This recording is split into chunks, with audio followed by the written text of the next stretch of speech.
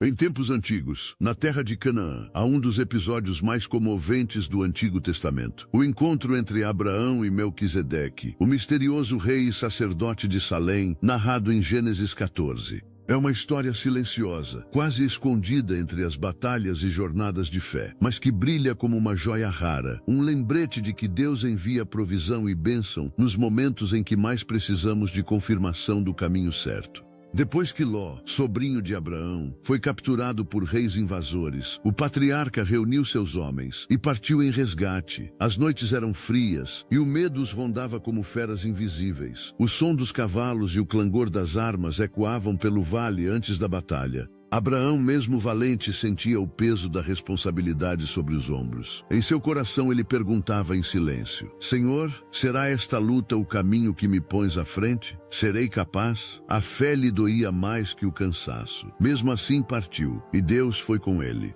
Em uma noite longa, o ancião orou junto ao fogo do acampamento. Senhor, tu me chamaste da minha terra, prometeste uma nação e um nome. Dá-me força para agir sem perder a humildade. A brisa quente respondeu ao seu coração: eu estou contigo. A vitória veio rápida. Com sabedoria e coragem sobrenatural, Abraão libertou Ló e todos os cativos, recuperando também os bens tomados. Mas ao voltar do campo de guerra, o homem de fé não festejou. Sentia-se dividido. Devia tomar os despojos como prêmio? Devia agir como os reis da terra ou permanecer fiel à promessa do alto? Muitos guerreiros esperavam por instruções e os olhos deles o observavam com expectativa. Em silêncio, Abraão caminhava no vale de Savel, onde a poeira dourada da tarde descia sobre as árvores de carvalho. Foi então que um cortejo se aproximou. Diferente de tudo o que Abraão já havia visto, um homem trajado de linho branco vinha em sua direção, trazendo nas mãos pão e vinho.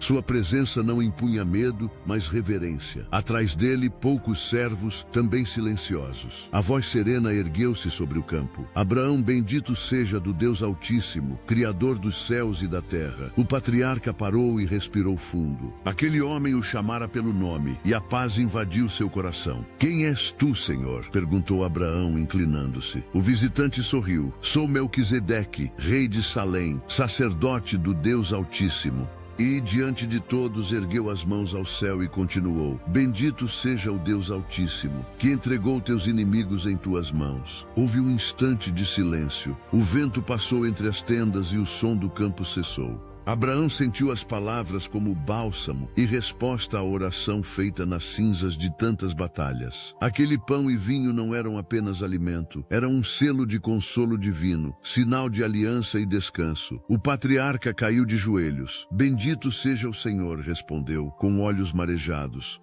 Naquele momento entendeu que nenhuma vitória pertence ao homem, mas à graça de Deus. Então levantou-se e de tudo o que possuía, deu a Melquisedeque a 10ª parte, não por obrigação, mas por gratidão. O sacerdote o abençoou novamente e partiu, deixando na planície o eco silencioso da presença de Deus. À noite, ao redor do fogo, Eliezer, fiel servo de Abraão, comentou: meu senhor, quem era aquele homem? Nunca vi tal autoridade e paz num mesmo semblante. Abraão respondeu suavemente: era o sacerdócio sem começo. Creio que o próprio Deus quis lembrar-me que ele é fonte e destino.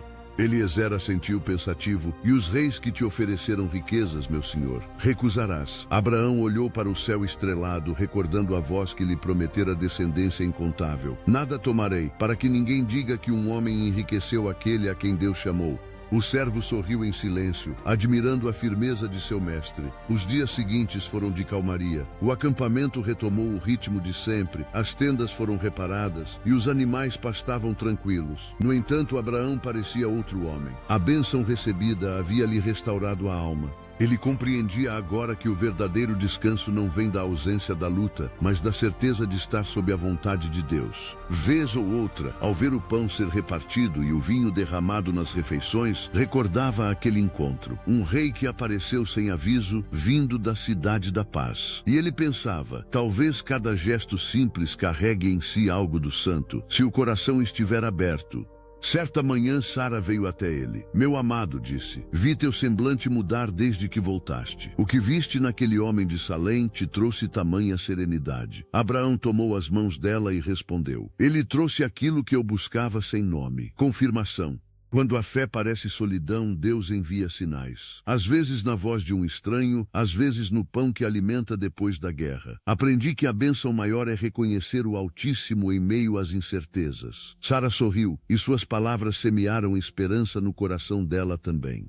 Com o tempo, a história de Melquisedeque tornou-se símbolo, ecoando nas gerações futuras, um prenúncio do eterno sacerdócio e do pão e vinho que um dia simbolizariam uma nova aliança. Aquela cena no Vale de Savel permanece como lembrança de que Deus visita seus filhos não apenas com poder, mas com ternura. Em meio a batalhas, ele ainda serve mesa, parte o pão e renova promessas antigas. A fé não é apenas avançar em guerras, mas também reconhecer a mão divina que nos estende descanso quando voltamos cansados demais para lutar.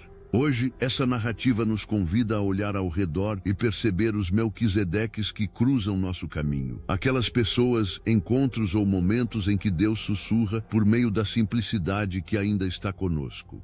Pode ser uma palavra de encorajamento, uma oração inesperada, um gesto de bondade. Assim como Abraão, podemos escolher receber, agradecer e compartilhar a bênção, lembrando que tudo pertence ao Altíssimo. Cada vitória, cada fase da jornada, cada retorno do deserto tem em si a oportunidade de adorar e reconhecer que toda força vem dele. Quando as batalhas parecerem longas e sua fé for provada, lembre-se deste encontro no vale. Lembre-se do pão, do vinho e da voz que abençoa.